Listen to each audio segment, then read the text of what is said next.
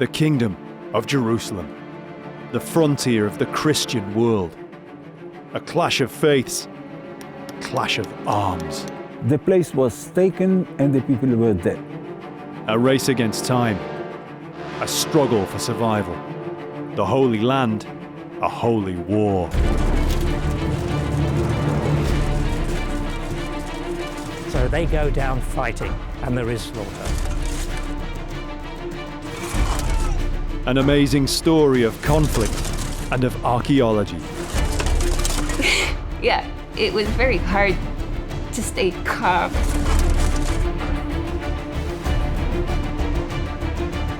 The Knights Templar, Dust and Bones, the Crusaders of Vadam Yakob.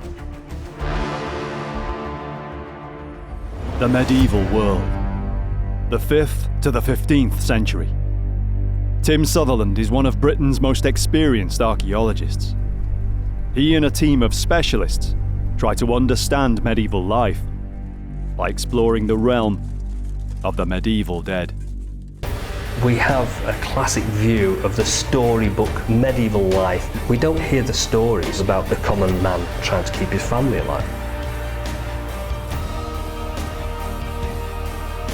Archaeologically speaking, we can now focus in on the medieval dead people. You couldn't help almost look through their eyes thinking, what did they see? How did they die?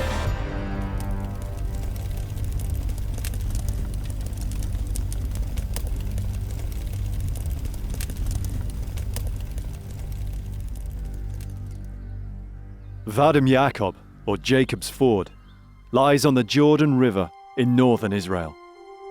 The ruins today bind their secrets in silence.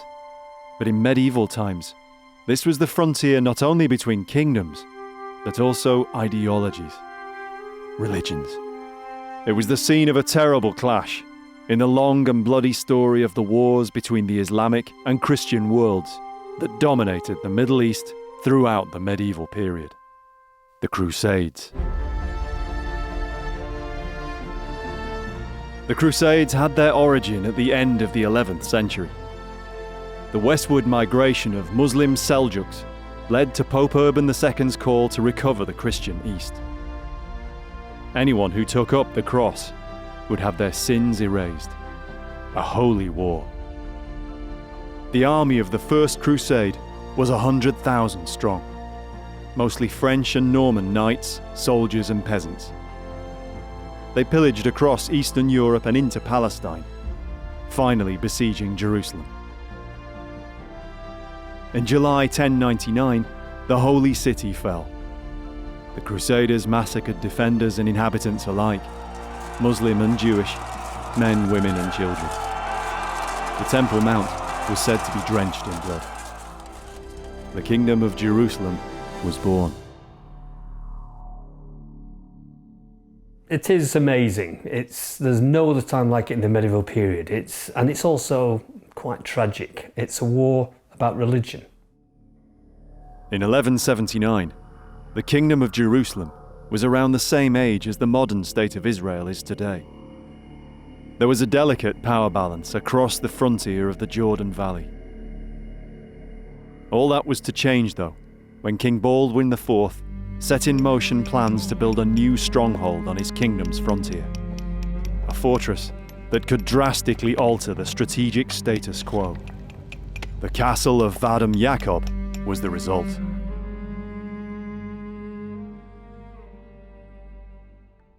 Archaeologist Tim Sutherland of England's University of York has studied many medieval sites, but so far none relating to the Crusades. The history is amazing enough, but the archaeology is opening up a complete new dimension about what we know about the Crusades. It's the first time Tim's been to Israel, walking in the footsteps of the European Crusaders, who came here more than 800 years ago. First time I've been in Israel, it's fantastic, I love it. It's a very interesting countryside, isn't it? I mean, it's very undulating. We're really high up here. I don't know how many thousand feet we are up above the river valley we've just come up from, but it's a steep climb, so I'm looking forward to having a walk around. Tim's heard about the amazing wealth of archaeology that Israel has to offer, dating from the earliest prehistory and biblical times, through to almost the present day. Now he's here to see for himself. Israel's such a small country, really, but there is so much archaeology from so many different periods. We're talking about the biblical period, Byzantine period, all the way through the Romans to the modern day. And there's traces of all those cultures in every bit of it. Nowhere is Israel's archaeology more apparent than in the golden city itself, Jerusalem. Yeah, Jerusalem has an attraction unlike anywhere else, so it's difficult to sum up how impressive it is, really. Also spiritually, rather than just, it's not just another tourist site. This is like one of the holiest places on earth to a lot of people. There are churches, there are mosques, there are sites that I've only ever read about in books and seen pictures of. And so it's very humbling in some ways. Here I am, and it's taken a long time to get here, but it's very impressive. What's brought Tim to Israel is the groundbreaking archaeology at the ruin of Vadam Yakob, 100 miles north of Jerusalem. On the way there, he wants to take a look at another Crusader castle in the same region. Joining him on the journey is medieval historian and author Dr. David Nicol. For somebody who has a passion for history, especially for Middle Eastern history, this part of the world just grabs you. For me, I fell in love with it.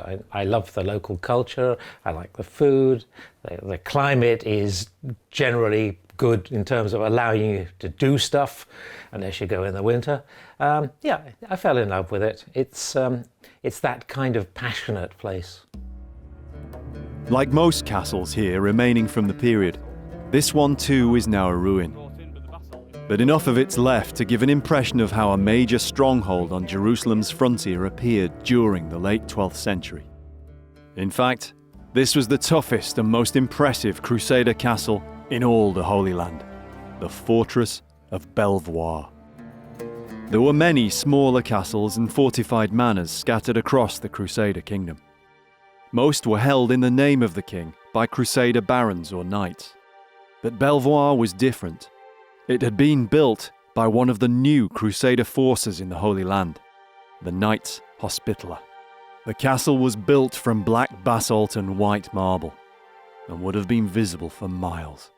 Black Castle, it's a bit sombre, it's a bit grim, but my goody-yard, it's effective. They are using some white, a small amount of white, but it's for decorative purposes, arches, things which need to have attention drawn to them. And also, it's a Hospitaller castle, and they're black and white. They're black and white. Probably making a statement with the materials immediately at hand anyway. Over the years, many of the original Crusader knights had returned home, leaving the kingdom overstretched in defending pilgrim routes and cities. A new force had come into being to fill this vacuum. Religious orders of knights sworn to fight for the cross. Among the most notable were the Knights of St. John, the Hospitallers, and those who began as the Order of the Poor Knights of Christ and the Temple, the Knights Templar. The thing about the Templars, and to some extent the Hospitallers, they didn't do anything else really at this stage other than fight. They just dedicated themselves to holy war. And as such, they became very, very effective professionals. It was the Templars who urged the King of Jerusalem, Baldwin, to build a new castle on the frontier, deliberately threatening Muslim control in the area. Vadam Yakob was the result. It was to be a huge stronghold, perhaps the largest ever built in the Holy Land, larger even than the Knights Hospitallers' own great base at Belvoir. A powerful new castle, built at the urging of the fanatical Templar order. The Muslim enemies of King Baldwin of Jerusalem could not let this stand. Vadam Yakob is a day and a half horse ride from Damascus. So anybody who has sat on horseback knows that the day and a half in the medieval period is not going to end you up with saddle sores even if you've never been on horseback. Things had changed across the eastern frontier too. a new star was on the rise in the Muslim world. His name was Saladin. Saladin, that is Saladin, rose to power dramatically and quickly, but it's not a case of coming from nowhere. He had a background, a launch pad, which he was able to use, and fortunate in that the circumstances enabled him to establish a dynasty. He came to power at the right time for himself. Saladin's first move is perhaps surprising to us now, as we imagine the Crusades as a religious war of bitterly opposed ideologies. Saladin did try and solve the problem by using diplomacy. He came with a very, very generous offer to the king and said, I will buy the fortress from you. He doesn't throw a sum of money. He actually calculates how much it cost the Crusaders to build the fortress up until that minute. And when they declined the first offer, he comes with a bigger offer, and he offers to buy it in order to solve the problem without sending the troops out. Maybe the Crusaders knew Saladin was facing famine in his own land and could ill afford to go to war. The offer was refused. In spring 1179, Saladin launched an attack on Vadam Yakob, but it was badly handled, and the Crusaders held out easily, so the Muslim force had to withdraw.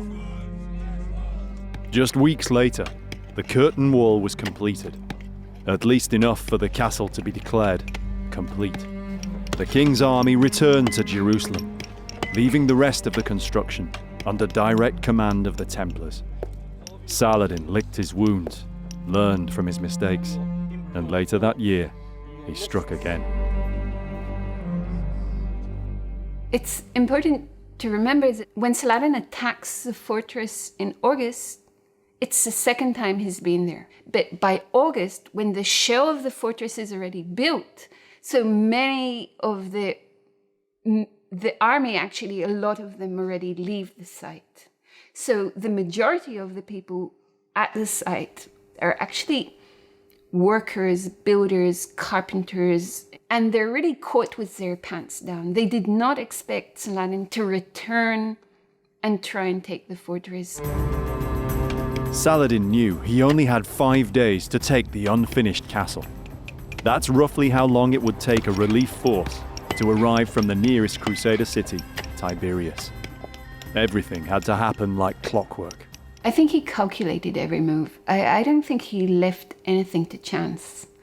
I think he knew it would take Baldwin IV a long time to get his forces together.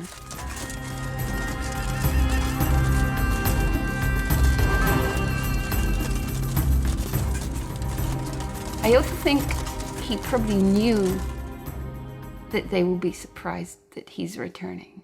So he had more advantages here than the Crusaders had it. 5 days. All the Templars could do was keep building and hope to hold out. The stage was set. This time, Saladin intended to have his way. Vadam Yakob would fall. People knew there was a castle at Vadam Yakob, but no one had ever investigated it. Ronnie Ellenblum grew up fascinated by his country's richness in history and archaeology. I think the first time I became interested in the history of the Crusades was when I was 14, hiking in the north of the country and visiting the castle of Montfort. The place was just beautiful. He was captivated and began to study Crusader castles. In the 1990s, Ronnie mounted the first expedition to Vadam Yakob. He quickly realized it was an ambitious undertaking, so he pulled together a team of people from all over Israel.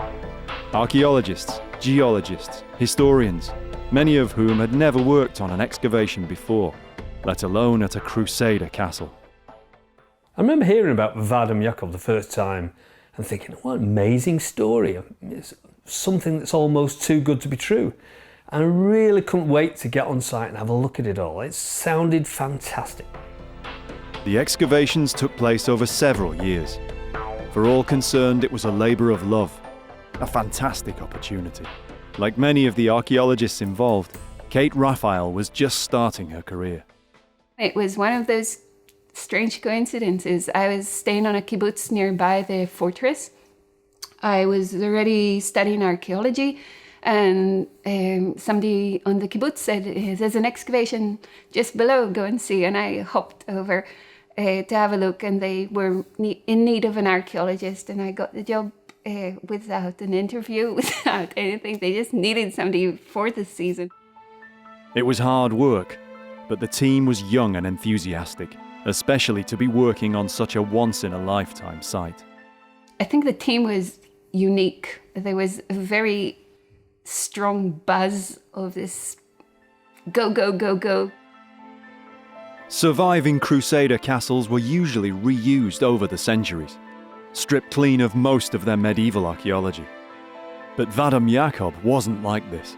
Beneath a top layer of earth, Kate, Ronnie and the others found the ruins left by the 1179 siege. When the artifacts started surfacing and the story became more evident and we could match the historical sources with what we were finding, it was like, yeah, it was very hard to stay calm, and everybody was just, there was this ongoing excitement, which is very hard to maintain in sites. It was a compelling story, ready to be unlocked, and the tale of a bloody siege told. The builders of Vadam Yakob, carpenters, quarrymen, stonemasons, hundreds of them from all over the kingdom, knew their only chance was to try and get the fledgling fortress to a state where it could withstand assault. Saladin couldn't allow Vadam Yakob to be completed. His only chance was to eliminate it before it was finished. Finally, Tim arrives to see Vadam Yakob for himself. It's several years since the last archaeological work on the site. Well, there's more existing than I thought from the photographs I've seen. I was expecting it to be a lot sort of smaller and lesser in stature and stuff, but it's quite tall. It's still a lot higher than I thought it'd be. Obviously, a lot of it's still buried, which is amazing, really. I mean, the earth is still pouring down off the top, covering the majority of the walls. So it looks like most of it hasn't actually been excavated, which is surprising. I thought most of it had been excavated. There's obviously a lot of damage to the top. A lot of the facings come off the top, but the inner core's still there. And it's really impressive. And the ashlar blocks are fantastic. They're really nicely formed and very closely fitted together. Vadam Yakob is in a completely different kind of location, though, to Belvoir or other Crusader castles. It's a very odd place to have a castle because obviously it's overlooked on that side by the hill, and it's overlooked on this side by the hill as well, which is bizarre because obviously usually you'd have a big promontory and you were on the high ground. This is finally it. I finally get to see it. You see photographs of these places and it never does them justice because obviously you're not in the country itself. You've not got the atmosphere around you. And suddenly here you are in the middle of a Crusader castle and you know exactly when it was built, defended, and within a very short time it was actually destroyed. And then everybody just moved on. It was never rebuilt, refortified, or even most of this rubble. There's no significant buildings all the way around here, so even the rubble, which is normally stolen and moved away to build houses and things, it was never really used. So it's in remarkable condition. And the blocks here are just like almost the day that they were made. Much of the site is still buried, so it's not as easy to interpret as the more obvious ruins of Belvoir. But this gives it unique value for archaeologists. The thing I found most important about this site is it's a castle that's not been finished. There are gateways that are unfinished and there are buildings that are unfinished. It's one of the skills of an archaeologist to try and work out how all these clues fit together. It is like a three-dimensional puzzle. And as soon as you get the first pieces, you start putting the puzzle together. And the more of the puzzle you put together, the more of this sort of bigger picture emerges. but you can't help but find other pieces and try to fit them in. And that's the complicated side of archaeology, because there are always more pieces to put into it. It's not just the remains of architecture. At Vadam Yakob, you're walking on artifacts all the time. It is amazing, but it brings its own problems for archaeologists. Everywhere you look on the ground here, there's pottery, and it's not just from one period. It seems to be pottery from a number of different periods. The problem is, where do you start? And you should start by cleaning the surface up and removing every single piece of pottery and then recording where you found it. But of course, when it's this abundant, it would drive you crazy. But you should do it that way, and then of course you can find out what's on the surface, and then as you dig down stratigraphically as you go deeper and deeper, hopefully all those different periods of pottery changes as you go deeper. So you can then work it backwards, who was there first, who was second, third, fourth, until eventually you get to today. But every time somebody digs a hole from the surface all the way down to the bottom, and then backfill that hole, all that stratigraphy, all those bits of pottery get jumbled up. And the trouble with a castle like this is that everybody's digging holes everywhere. They come to the top of a hill, they think, this is a great place for a castle. And then they start digging holes and digging vaults underground and then building walls up and then filling the rooms inside to get a nice flat floor. So all that stuff just gets put back in and spread around nice and evenly. So of course everything is of all the different periods inside that floor level. Fortunately, the story of Vadam Yakob is very well documented in historical accounts. It's known that the site was abandoned immediately after the siege. So that gives a definable moment in time to work backwards from. We know that these people died on a certain date in history, almost within a few hours, and that's really crucial. It's almost like a shipwreck. Ship sailing across the sea, suddenly something happens, catastrophic event, the ship goes down, and then if you come and discover that ship hundreds of years later, you can do the archaeology of the ship and you can find out exactly what was on that ship on that day when it sank. Saladin's first move was to encircle Vadam Yakob, sealing it off. His archers launched a relentless hailstorm of arrows at the defenders, harassing their every move. There was no time for siege engines to knock the walls down, so instead he mined under them. For 3 or 4 days, both sides toiled hard, the Crusaders throwing up barricades and any kind of defence they could, the Muslim attackers scraping away at the foundations of the walls. Then there was a great roar, smoke and dust. The Muslims had broken in. Part of the north wall collapsed in an avalanche of masonry and fire, and a savage fight over the burning breach followed. At about the same time, they also attacked the south gate.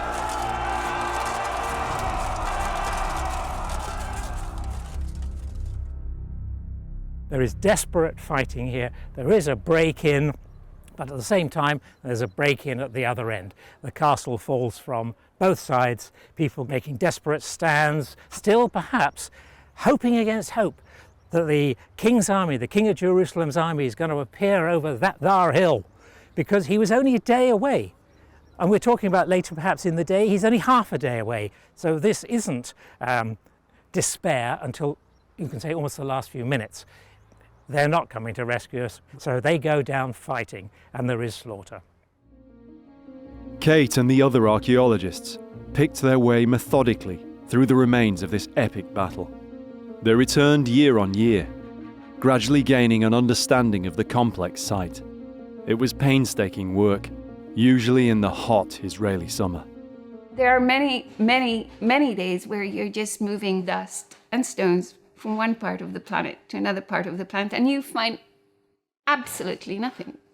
Whether you're working with radars and the satellite photographs and the aerial photographs, and still the bucket and the spade cannot be replaced. There's nothing you can do about it. It's just, you have to have patience, and if there's one thing I really learned is go and get yourself more than a handful of patience, because that's the only way to do it.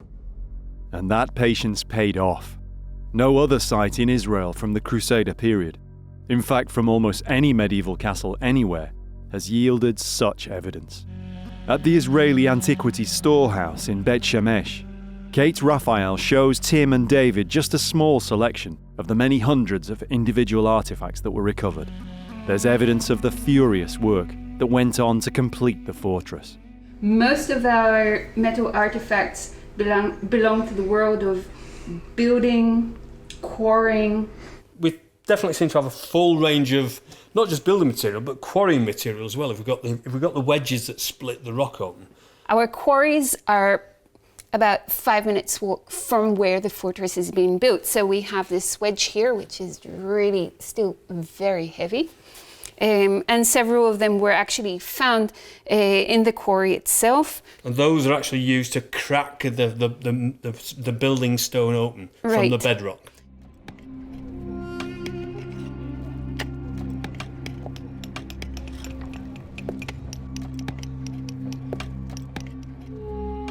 So most of your of the masonry work is done in the quarry in order to reduce the weight of the stone. So by the time they arrive on the site, you've got the stone almost ready to be fit in its place on the wall. There were all sorts of tools, echoes of artisans and labourers who found themselves caught up in a vicious battle for survival. And some would have been very familiar to the archaeologists who excavated them. So this is, as far as I'm concerned, a typical trowel that we would use today, except in terms of the scale. So the only person who would use that today would be a builder who would lay bricks. He'd need a big blade to put more mortar on top of the bricks. But in terms of the scale, it's exactly the same as the ones we use today.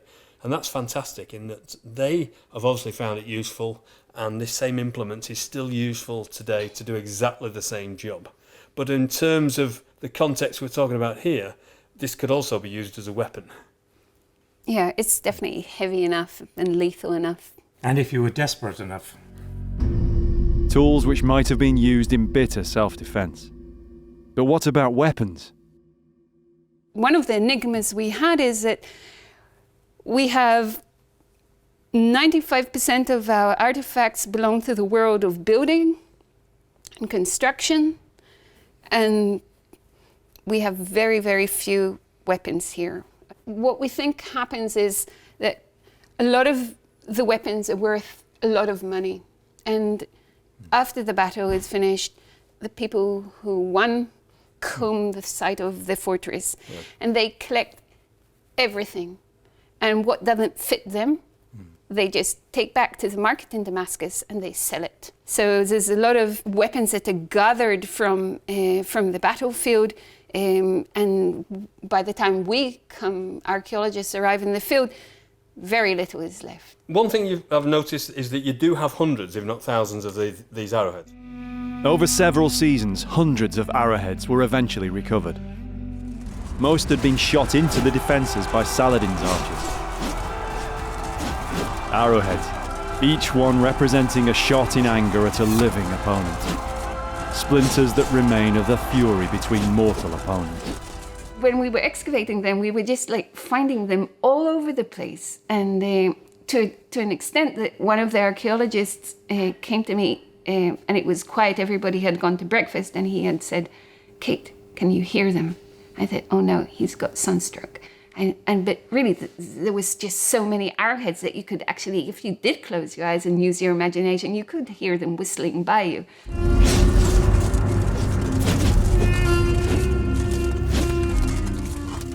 Much of the work focused on the southeastern corner of the castle, a complex maze of foundations and unfinished structures, all subsequently razed or buried after the Muslim siege.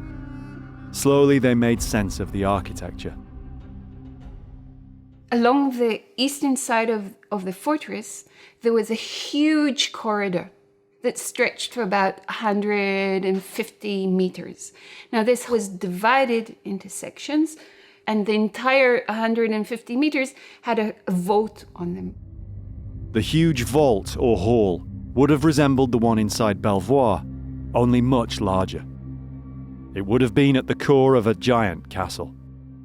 The castle is impressive now, but if it had been finished, it would have been enormous. And not only that, it would have been dominating the whole landscape around it. And in that respect, it would have had an influence on the surrounding landscape and the surrounding region. You can't underestimate how important that castle would have been in that location at that time. It might have changed events completely if it had been finished, but it never was.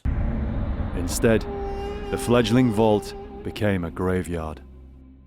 What happened was that at the end of the battle, Saladin destroys the vault and all the stones fall on whoever was dead or dying beneath them. What he does, as far as an archaeologist is concerned, he freezes a period, and nobody ever walks into that period until we arrive on the scene.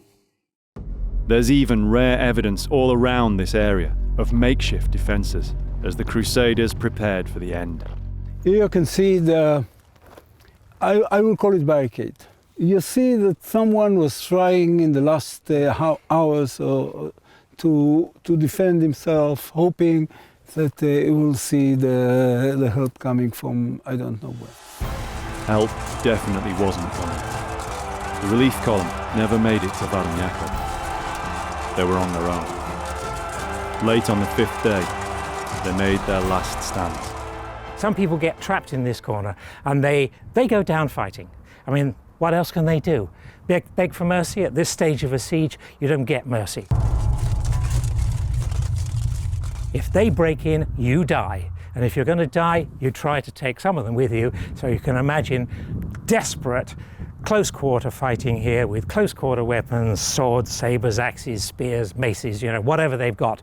Trowels, spades, remembering that quite a lot of these people were just simple labourers. They got trapped here. So they're going to go down fighting, even if they know that any hope of rescue is gone. But this is where they're going to sell themselves dearly. We're archaeologists, we just pick through what's left, but for them it was real, and there was nowhere to run. What was left was a grim reminder of the reality of medieval conflict. And here you can see all the area we excavated. We excavated all the slaughterhouse, all the common grave. After the battle, this corner of the site became a charnel house. The place was on fire. People were carrying dead bodies and throwing them here. Across this area, tangled among the rubble of the collapsed walls of the unfinished vault, were more than a dozen skeletons. But to the archaeologists' surprise, they weren't just of humans, but of animals too. For the team at the Archaeozoological Faculty of Jerusalem's Hebrew University, this was the kind of opportunity they'd always dreamed of. Ronnie called our lab, it was in Jerusalem, and asked us to come and see what he got in Vadam Yakob. And then we came and we saw a beautiful excavation with a lot of equid bones. Equids, horses, donkeys, mules, are the horse family, among the most important animals of the medieval period. And here they could be tied to a solid date and context. That's extremely rare, perhaps one of the most groundbreaking aspects of all the work at Vadam Yakob. I think that the excavation of the horses and the humans, from my point of view, are the most important, because there you can get most of the information, or you can have information that you can't get from the walls themselves. So after the excavation, the first thing is just to sort out the bones and see what you have. We found at least 10 equids. And it was very difficult to say which one is a horse or a donkey or a mule. Hadas Motro worked out that there were 2 or 3 horses. It was difficult to be certain. The rest were mostly mules, the utilitarian beasts of burden on a medieval site. So if you look at the mules, probably the mules were used to carry the stones from the quarry into the castle. And the horses were used for the battle. Horses from medieval battle sites are very rare. And here there was an opportunity to unlock one of the mysteries about Crusader perhaps even Knight Templar horses. Once we identified the horses and separated them from the mules, there were two questions that we wanted to answer. First is which breed, whether it was a local breed like Arabian horses, or whether it was a European breed like a Shire or a big horse that we know the Knights used to ride on. Once we know the breed, we wanted to know whether they were born in Israel and raised in Israel, or whether they were brought from Europe over to Israel. Gila and Hadass tried extracting ancient DNA from the bones as part of a wider study on the origin of Crusader horses. It was only partially successful, maybe due to the burning of the bones during or after the battle. But when they combined what data they had with other techniques, they were more successful. We did some isotope analysis, and with the isotope analysis we could differentiate between some of the equid remains in the site. We compared it to Icelandic horses that we knew that they are definitely from Europe. Nobody really knew exactly how many horses or which horses did the Crusades bring to Israel, and whether they came to Israel and then conquered or bought some local horses and they rode local horses. We found that most of the horses that we found were actually Arabian or local horses, and few were European draft horses. Pathology showed how the animals suffered, both in the battle and the aftermath. Some of the horses had a very bad death. They weren't killed at the site. They were wounded, brought into the castle, and it took them a while until they died. You use animals for war. Today you have tanks or other machineries that you use, but that was the time. As well as the animal bones, the collapsed vault also contained human skeletons. All of them were male, and all had been burned like the horses, meaning the profiling couldn't be conclusive. But they all shared characteristics present in European and Middle Eastern DNA. Crusader workmen, soldiers, or even knights. Maybe Templars, we'll never know. But the archaeologists were amazed to find that one had a secret he kept concealed for more than 8 centuries. One of them had a stack of coins under his armpit, and the coins are actually dated to the exact date of the castle, so that helps also date the remains. Somehow Saladin's troops had missed out on a bonus. Maybe the Crusader was already burning, or covered with rubble. All the skeletons showed signs of violence. One in particular had severe facial wounds. When you look at the skeleton, you could see a trauma. It was either somebody used an axe or a hammer or something to hit his head, and probably that's what caused his death. They were very young. One of them, we think around the end of the 20s, 27 maybe. And they were healthy and young, and he was very tall, one of them, really warrior or something, I don't know.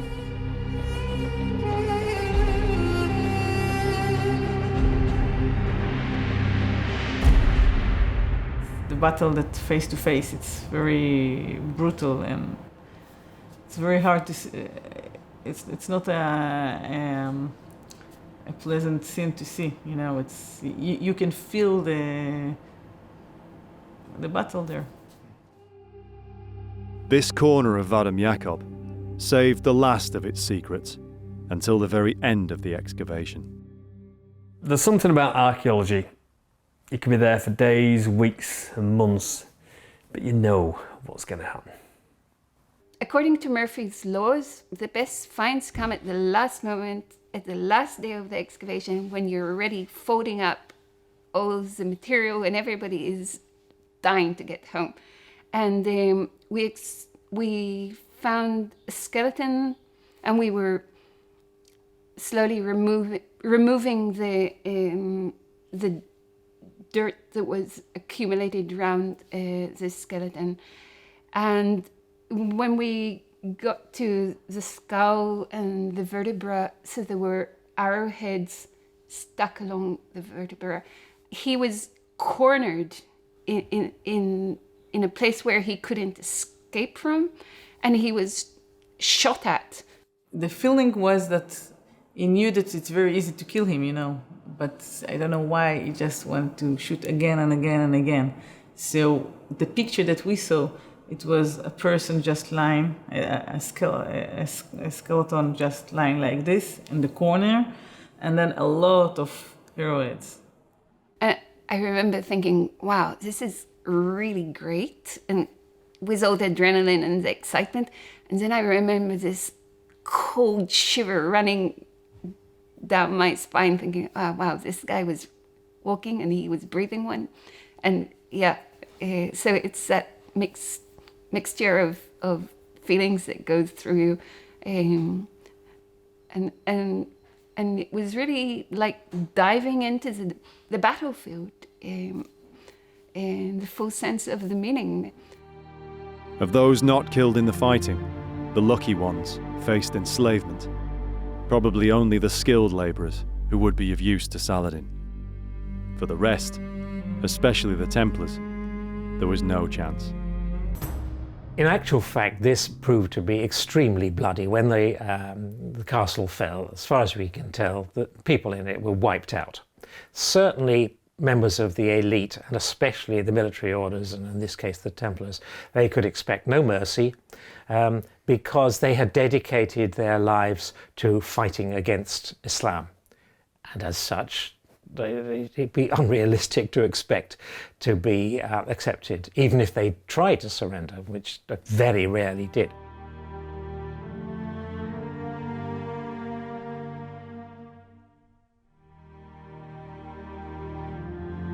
Over around 2 decades, Ronnie Ellenblum's extraordinary project has perhaps added more to the archaeological record of the Crusades in Israel than any other. Vadam Yakob is an amazing site. It's changed the way we look at the Crusades, not just archaeologically, but on a human level. Medieval war is very, very bloody and very full of...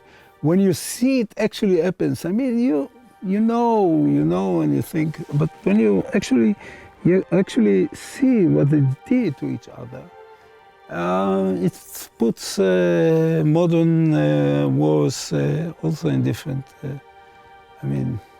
but it was one-on-one. It was not a mass killing of millions, but I don't know.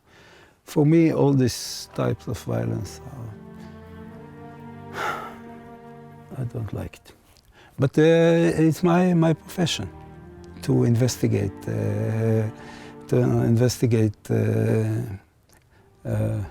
ancient massacres, not modern ones. And that's it. The capture of Vadam Yakob was Saladin's first major victory. Within a few years, he defeated the Templars once and for all at the Battle of Hattin and recaptured Jerusalem for Islam. The Crusaders never again took the Holy City, and nobody ever again tried to build a castle at Vadam Yakob.